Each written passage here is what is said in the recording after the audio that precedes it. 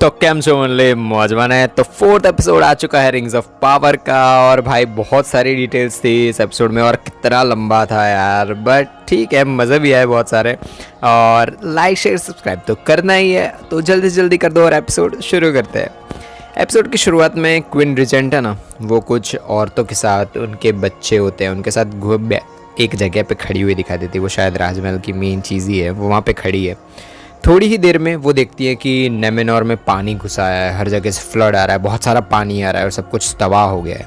तभी रानी की एकदम से आंखें खुल जाती है, वो उनका सपना होता है।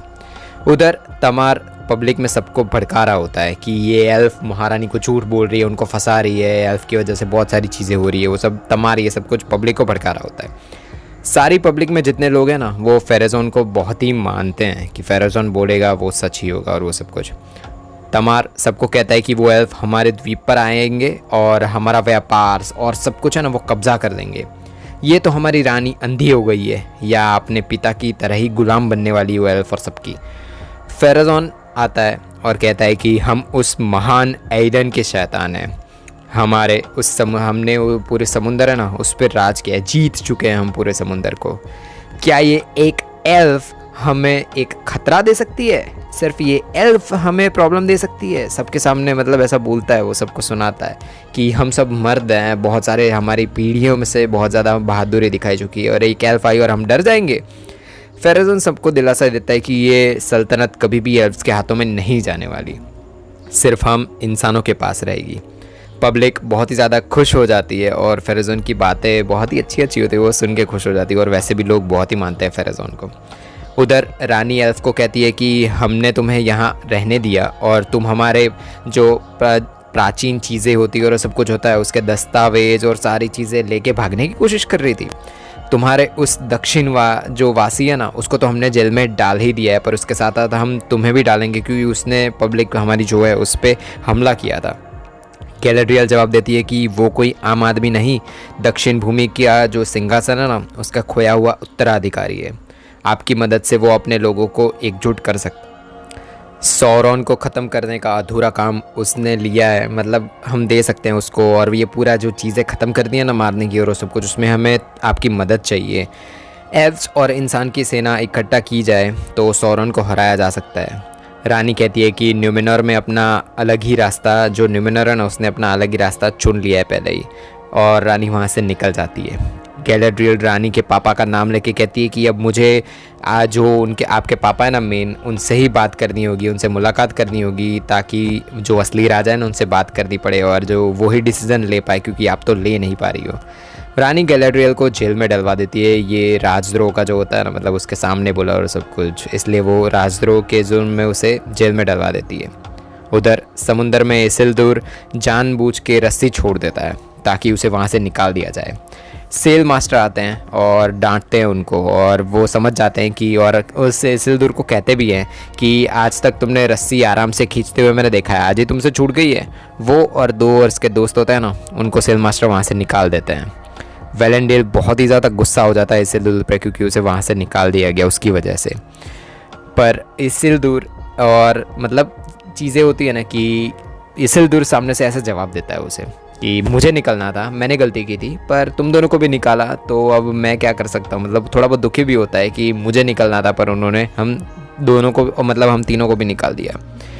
इसिल्दुर और वेलेंडिन के बीच में थोड़ी बहुत कहासुनी हो जाती है और इसिल्दुर वहाँ से निकल जाता है। पिछले एपिसोड के एंड में जो आदमी दिखाया गया था ना अडार, और उसका पूरा क्लियर चेहरा दिखाया जाता है। एक ऑर्क जो मरने वाले एकदम हालत में है, वहाँ पे एडार आता है और उसे मार डालता है, क्योंकि वो ज़्यादा तड़पे नहीं, वो ऑर्क को मार डालता है। वो एरोंडिर से पूछता है कि तुम कहाँ पैदा हुए थे? एरोंडिर जवाब देता है कि बेलेड्रियल में।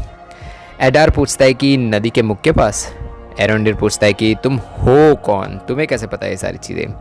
एडार जवाब देता है कि जब वो छोटा बच्चा था ना, तब वो नदी किनारे वहाँ पर जाया करता था।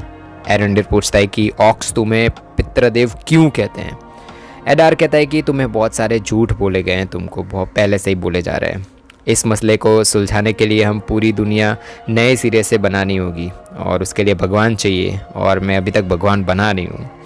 उन इंसानों के पास जाओ जिन्होंने तुम्हारी रक्षा की थी और मतलब तुम्हारे पास है और सब कुछ, जिन्होंने वहाँ पे जो रक्षा कवच लेके शरण लिया ना, उनके पास जाओ तुम। उन्हें मेरा एक संदेश भी तुम्हें देना होगा। सारे गांव वाले शरण लेते दिखाए जाते हैं किले के अंदर। खाने का सामान ख़त्म होता देख ब्रॉनविन कुछ जुगाड़ करने का सोचती है। थियो आके कहता है कि वोल्ड्रेक के तहखाने में बहुत सारी चीज़ें हमें मिल जाएगी वहाँ पे। दोपहर को जब ऑक्स नहीं होते वहाँ पे, तो हम जाके वो सामान और सब कुछ निकाल सकते हैं। थियो वहाँ जाने के लिए कहता है। ब्रॉनविन उसे मना कर देती है। ऑफकोर्स वहाँ यार टेंशन होगी, नहीं जाने देंगे, पर थियो तो भाई अंदर से कीड़ा है, वो जाएगा। थियो ब्रॉनविन के मना करने पर भी पहुँच जाता है वहाँ पे खाना लेने उसके दोस्त के साथ। वो लोग बहुत सारे खाने लेके वहाँ से निकलने वाले होते हैं। तभी थियो को एक शराब खाना दिखता है वहाँ पे। रोवन मना कर देता है कि वो अंदर नहीं जाने वाला, तो थियो कहता है कि ठीक है, मैं अकेला ही जाता हूँ और जो भी चीज़ें मुझे मिलेगी वो लेके आऊँगा मैं। बाहर एकदम से बादल आ जाते हैं और रोवन भाग जाता है सब देखकर और बहुत ही ज़्यादा डर जाता है। अंदर थियो के पीछे एक ऑर्क आके उस पर हमला कर देता है। थियो जवाब में उसको मिला हुआ हथियार होता है ना, वो निकालता है और वो देखकर ऑर्क घबरा जाता है और कहता है कि ये तुम्हारे पास कैसे आया। थियो कुछ ना कुछ करके वहाँ से भाग जाता है बच के, कि यार मतलब कुछ भी हो जाए बच गया वहाँ से, और बाहर कुआं होता है ना, उसमें जाके छुप जाता है। ऑर्क दूसरे ऑर्क को बताता है कि पितृदेव को संदेश दे दो कि वो तिलस्मी टुकड़ा है ना, वो मिल गया है। उधर एल्व्स और बोने मिलके सेलेब्रिम्बोर है ना, उन्होंने जो चीज़ बनाने के लिए कही थी ना, वो बनाते हुए दिखाई देते हैं। सेलेब्रिम्बोर एल्रॉन्ड को कहते हैं कि उसके पापा के बारे में उसे बताते हैं कि कैसे थे वो, कैसे सब कुछ वो उसके मतलब एल्रॉन्ड को बताते हैं। एल्रॉन्ड डीसा से मिलने जाता है। बातों बातों में वो कहता है कि धोखे से छुपाई गई चीज़ें होती है ना, वो राज कभी भी राज रहता ही नहीं है। एल्रॉन्ड पूछता है कि अगर ड्यूरिन श्वेत रत्नों के खदान में है, तो उसने मतलब अपनी खदान वाली जो चीज़ कुल्हाड़ी और सब कुछ है वो यहाँ पे क्यों रखा हुआ है, और यहाँ तुम उसका पसंदीदा खाना बना रही हो, जबकि ड्यूरिन को यहाँ पे पहुँचने में 2 से ज़्यादा दिन लगेंगे।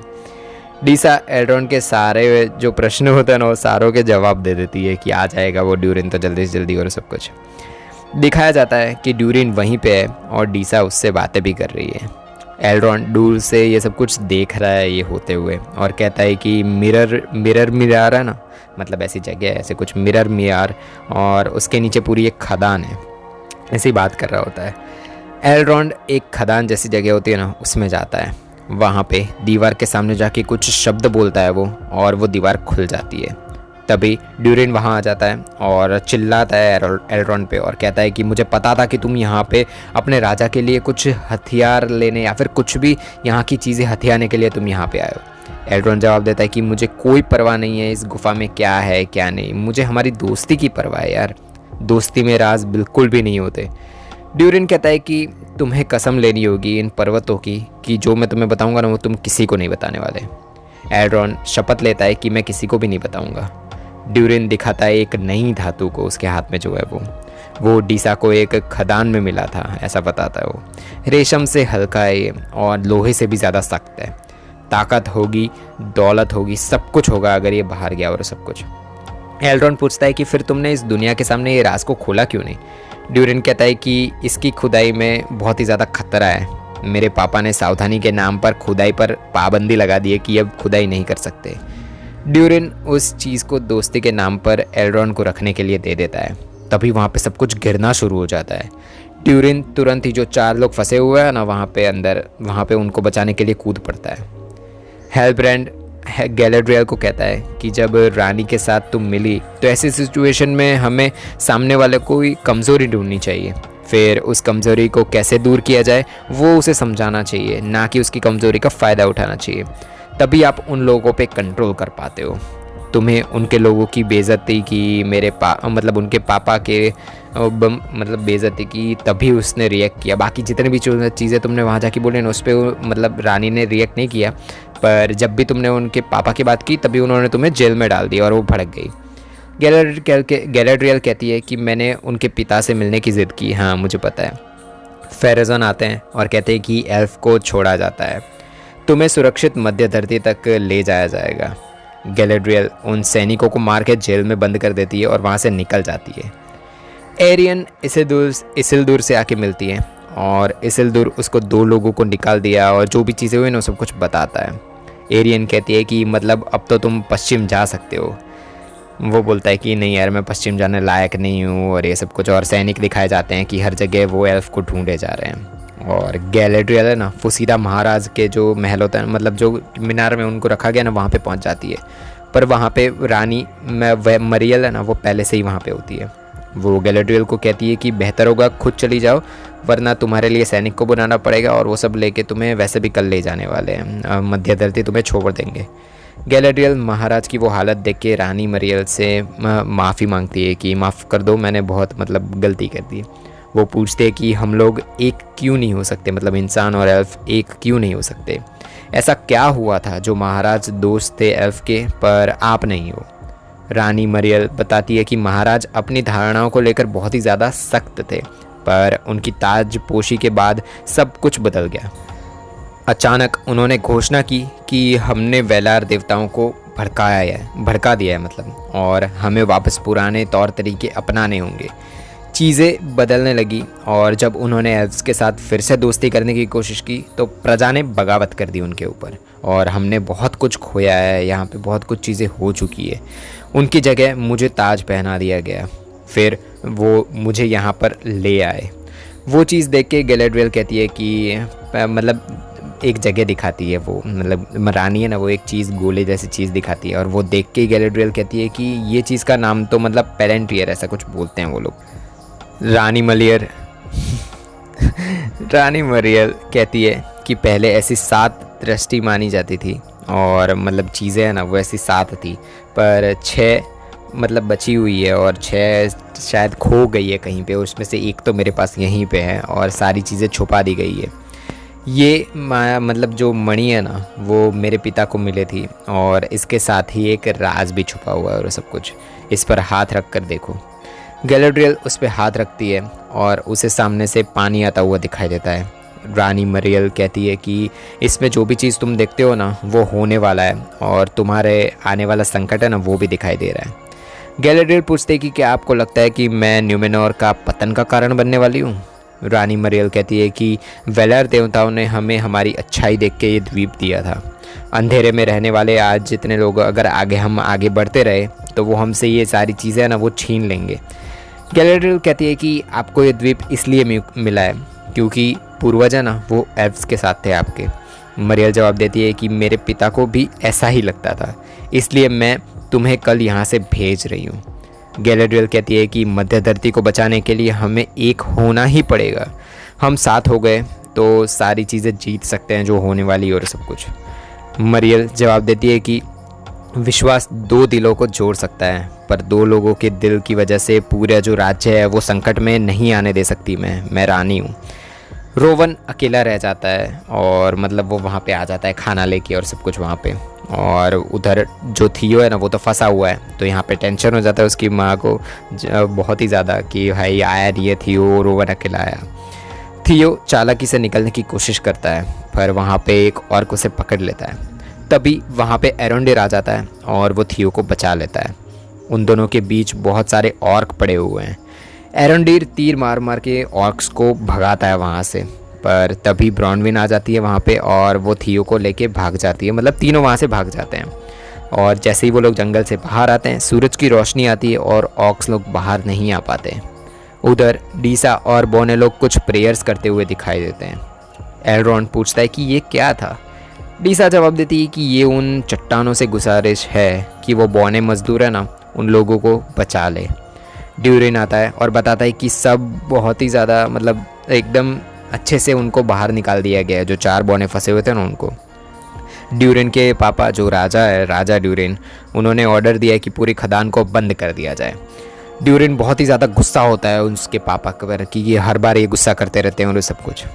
एल्रोंड उसके पापा की बातें बताता है कि मेरे पिता अकेले ही जहाज़ से वेलिनोर गए और वेलार देवताओं को मनाया कि जंग में आकर मोर्गोथ का नाश करे।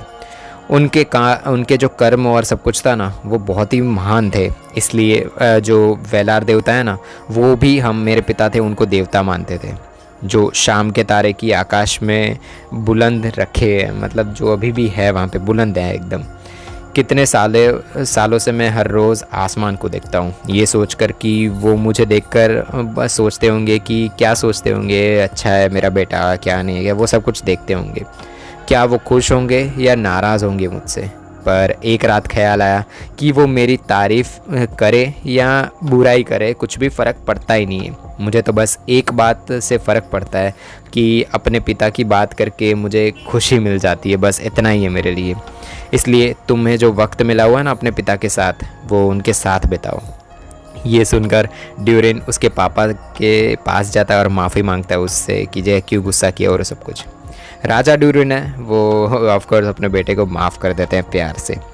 ड्यूरिन कहता है कि एल्रोंड है ना, वो लिंडोन जाने के लिए मुझे न्योता दे रहा है। राजा ड्यूरिन कहते हैं कि एल्रोंड को जो भी मतलब उसने चीज़ें की है यहाँ पे, उसको जितना भी देखा है ना हमने, वो लगता है कि गिल गैलेड है ना, उसने कोई मकसद से उसे, मतलब गलत मकसद नहीं है, कोई तो मकसद है पर कोई गलत मकसद से उसे यहाँ पे नहीं भेजा है। ड्यूरिन कहता है कि शायद कोई और मकसद हो सकता है। राजा ड्यूरिन उसे कहते हैं कि लिंडोन जाओ और पता लगाओ कि मकसद क्या है। एरोंडेर संदेशा देता है, मतलब ऑक्स का जो मतलब सरदार है ना, उसका पूरा संदेशा यहाँ पे पहुँचाता है कि जो एडार है, मतलब एडार का संदेशा भेजता है कि तुम लोग अपनी सारी ज़मीन और जितनी भी चीज़ें ना उनको दे दो और उनके सामने घुटने टेक दो, और मना किया ना तो वो मीनार पर हमला कर देगा। एक आदमी थियो को कहता है कि तुमने मेरे खदान में से वो तलवार ले ली थी है ना, ये जो चीज़ है ना वो हमारे पूर्वजों को दी गई थी, मतलब जो महानुभाव और वो सब कुछ बहुत सारे थे ना, वो उनकी ओर से बड़े बड़े महादानवर थे ना, उनकी वजह से ये दे दी गई थी ये पूरी तलवारें। वो शैतान का अक्त है ये पूरा का पूरा, जो खो गया था और अब वो लौटेगा। सौरन का नाम तो सुना है ना, वो क्या था क्या नहीं, वो वापस लौटेगा। तुमने आसमान में हलचल तो देखी ही होगी, अब हम दोनों पर निर्भर करता है कि हम तैयार है या नहीं। और ये सुन के थियो के दिमाग उड़ जाता है कि यार मेरी बात कहाँ कर रहे हो तुम, कि हम दोनों कहाँ से आ गए इसमें। जो होने वाला है ना, वो आदमी बोलता है कि जो होने वाला है ना उसके लिए बहुत ही हमें तैयार होना पड़ेगा और बच के भी रहना पड़ेगा। ऑक्स अदार को जाके बताते हैं कि वो टुकड़ा मीनार में है। उधर गैलेड्रियल को रवाना कर दिया जाता है वहाँ से। रानी के ऊपर बहुत ही सारे जो मतलब श्वेत वहाँ पे पूरा का पूरा पेड़ है ना, उसके पत्ते उस पर गिरते हैं, मतलब गिरना शुरू हो जाते हैं हर जगह पे। मरियल बताती है कि श्वेत वृक्ष ना जो, उसके पंख गिरना बहुत ही ज़्यादा अशुभ होता है, पर वेलार देवताओं के आंसू मतलब गिरना भी जीता जाता सबूत है कि उनकी नज़रें अभी भी हम पर ही टिकी हुई है। ये फैसले की घड़ी है। हम में से जो जितने भी आदमी हैं ना, वो नीति का चुनाव हमें करना होगा, हमारी बहादुरी दिखानी होगी। क्या हमारी बहादुरी के किस्से हमारे सिर्फ पूर्वज हैं, उनकी ही हमें सुनने होंगे कि हम भी बहादुरी दिखाएंगे? ये फिर हमें बचाना होगा खुद को और हमें हमारी बहादुरी भी दिखानी होगी। मैं किसी को भी ऐसा खतरा उठाने के लिए नहीं कहूँगी जो मैं खुद ना उठा सकूँ, और इसके लिए मैंने फैसले किया है कि मैं इस एल्फ को खुद रवाना करूँगी यहाँ से, और मैं खुद जाऊँगी उसके साथ मध्य धरती तक, उसको छोड़ दें। हम उन जितने भी लोग हैं ना, उनको मतलब बहुत सारे लोग हैं, सबको मदद करेंगे। हमारे भाई लोग वहाँ पे जितने भी हैं सबको वहाँ जाके मदद करेंगे, और वहाँ पे एलेंडेल जाके पूरे पब्लिक है ना जो, उनको जाके बताता है कि किस किस को यहाँ पे जुड़ना है महारानी के साथ जाने के लिए और सब कुछ। और लोग धीरे धीरे जुड़ना शुरू हो जाते हैं कि हम लड़ेंगे जंग, हम लड़ेंगे जंग। और ऐसे ही एंड होता है एपिसोड का। अच्छा एपिसोड था, बहुत सारी चीज़ें भी थी, मज़ा आई, एक प्रोग्रेशन हुई है स्टोरी की, मज़े आएंगे। मिलता है नेक्स्ट एपिसोड में, तब तक के लिए बाय बाय।